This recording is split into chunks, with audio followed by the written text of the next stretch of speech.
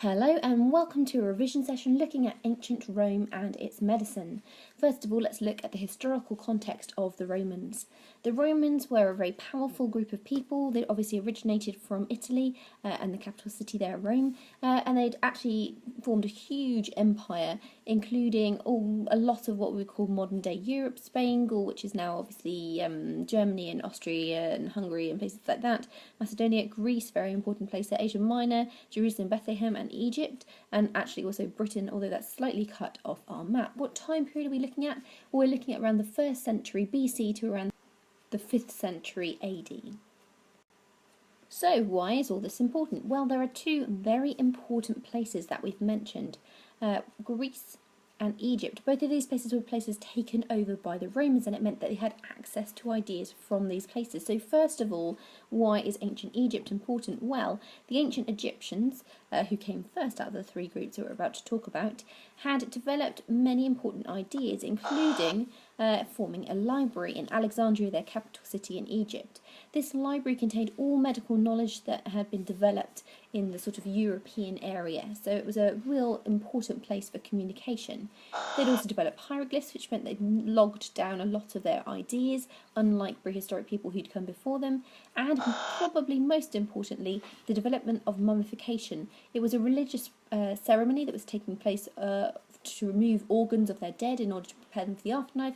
However, it also meant that they learnt about some of the internal organs within the body. So, for example, we know that they were aware of the heart, the lungs, the liver and various other organs as well, although they massively underestimated the importance of the brain and used to mush it up with a hook when trying to pull it out so that it wouldn't rot in someone's body. Lovely thought. So the Egyptians.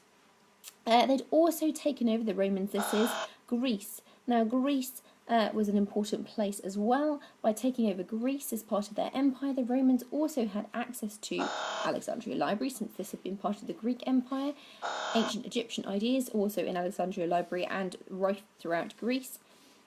And Greek doctors, very important one. This one, Greek doctors were made into Roman slaves. These Greek doctors then treated the Romans, and therefore they stole a lot of their ideas, including the ideas of Hippocrates, a famous Greek, not a Roman. Don't get caught out on this one. Hippocrates had come up with the idea of the four humours. If all four of your humours were in balance, then you were well. If they were unbalanced, you were unwell. And you could do things like bleeding or vomiting, or as it also called purging, to try and rebalance these humours. Please don't try those things at home. It is not a very good theory in reality. However, it was seen as progress for medicine at the time because it was a more natural theory than those such as ancient ideas like evil spirits causing illness. So these were the ideas that the Romans had access to when they took over these different countries to form their empire. So, if the Romans stole all of these ideas, what's important about them when they arrive in Britain and take over Britain as part of their empire? Well, it is this. Their public health system was absolutely fantastic. Probably the best thing about it was the new technology that they brought into the country. For example, aqueducts. You've probably seen these. There are some remaining in places like London, Watford, and also Brighton, but they're all over across the country and also in other European countries. Aqueducts were feats of technological engineering which would bring in water from the countryside into the cities and the towns so that people could have fresh water in their homes instead of perhaps collecting dirty water from a local well. Not only this, but these fresh water supplies would also be used to fill bathhouses, though the bath water wasn't always frequently changed, and therefore sometimes the bath water wasn't necessarily as clean as you might hope. However, this was a step towards public health. People were using hygiene like this as part of an everyday activity. Additionally, it was used in toilets. So you can see here there's water flowing into this public toilet. It was very public. It was a communal area. People would go to the toilet in groups. These people are going to the toilet. That waste is going underneath and it's being washed away by water. So effectively, this is the earliest form of flushing toilet.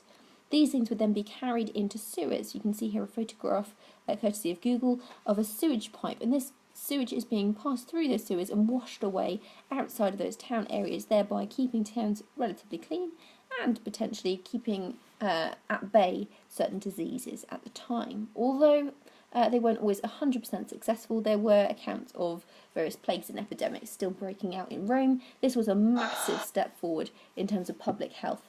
Previously, the government had done very little to actually intervene in people's lives. So why were they doing it?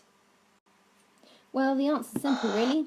They wanted an empire, thereby they needed fit and healthy soldiers to fight for their empire. Without having a good public health system, their army, because their army was formed of local people, or a large number of them granted, would need to be fit, and therefore it was important and worthwhile for the government to invest in all these wonderful pieces of technology to keep people healthy. So, I hear you cry, what else was new about Roman medicine other than their public health systems? Well, actually, just adding on to the public health systems, because we're so enthusiastic about them, we've already talked about the fact that the Roman army needed to be looked after. Well, it went beyond just a public health system using aqueducts. They also set up a system of doctors, including hospitals in all major towns, to ensure that all army members would be treated and therefore fit and healthy. But it wasn't all about the army. There's also a famous individual genius, Galen, who you may well have heard of. He stole a lot of Hippocrates' ideas, something that Romans did a lot of. However, he also introduced some new ideas of his own. Not only did he further develop the theory of the four humours, a natural theory, developing it further by saying perhaps you could treat things using opposites. So, for example, if you believed that springtime was a time when blood was more likely to be out of balance and you'd have too much of it, and springtime's quite a sort of moist and warm time of year, then perhaps you could use cold and dry things to treat it, and that would help to rebalance your humours. So he does develop a further natural theory. However, he also does things to do with the anatomy. So he's not allowed to dissect humans because the Romans didn't believe that this was the right thing to do religiously.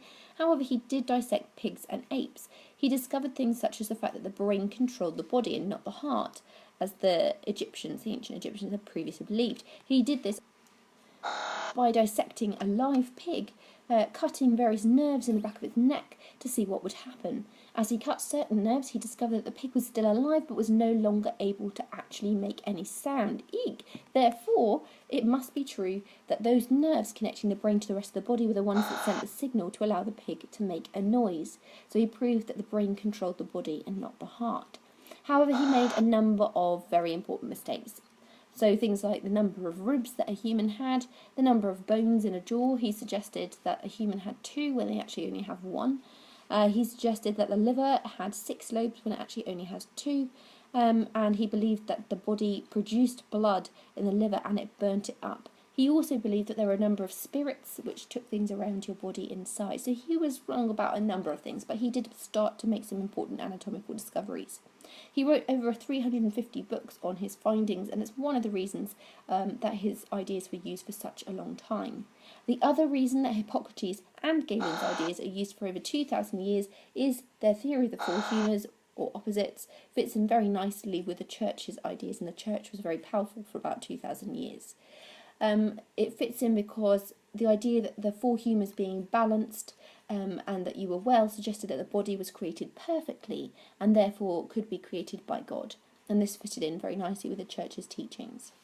Okay, well, what other things were going on at the time? Was it all good? Was it all going well? Well, supernatural ideas did continue to be fairly rife. As we've already said, they weren't allowed to dissect human bodies, and they continued to use things like Asclepions, which is the ancient Greek temple of healing. So in that way, perhaps not so much progress. What sort of surgery were they able to do? Well, they were able to remove tumours, they were able to treat cataracts in the eyes, and they were also able to treat bladder stones. Other natural theories that we haven't mentioned already include the idea of astrology or the stars affecting the human body in some way. This was loosely linked to the theory of opposites. Perhaps the stars could also affect the humors in your body. And some Roman doctors also started to believe that perhaps swamps were linked to illness, and perhaps that could be particles in the air or it could be bad smells in some way, because they realised that people near swamps often got sick. What they didn't realise was they were getting sick largely if they were near a swamp because of mosquitoes. They were probably catching malaria, but they didn't realise this at the time. So to summarise, Roman medicine, what factors were affecting it? Well, war definitely. War led to the building of hospitals for soldiers, aqueducts, baths and sewers, and this also links very closely to the government, equally important at the time for inducing progress, because they were really interested in public health in order to have a healthy army. Religion didn't really have a very positive impact on medicine at this point. They banned dissection, which stopped many new anatomical decisions being made, except for those people who were able to access Alexandria Library and see what was found through mummifications by ancient Egyptians, and the continuation of use of Asclepions, the ancient Greek temples of healing, also didn't really aid the progress of medicine at the time. Individual geniuses did start to have a positive impact on medicine. Galen's discoveries about the brain controlling the body were definitely a step forward. However, they couldn't actually be used to treat anyone with any new ideas, as there was absolutely no way at this point without any anaesthetics, or the discovery of blood groups which would allow for things such as transplant surgery. These ideas couldn't really be used yet. Technology, well, this was a very important one. Without their technological skills, surgery wouldn't have been as intricate. They needed all these intricate tools. They also wouldn't have been able to build aqueducts and sewers. And in fact, this also links to the downfall of the Roman Empire and the impact that this had.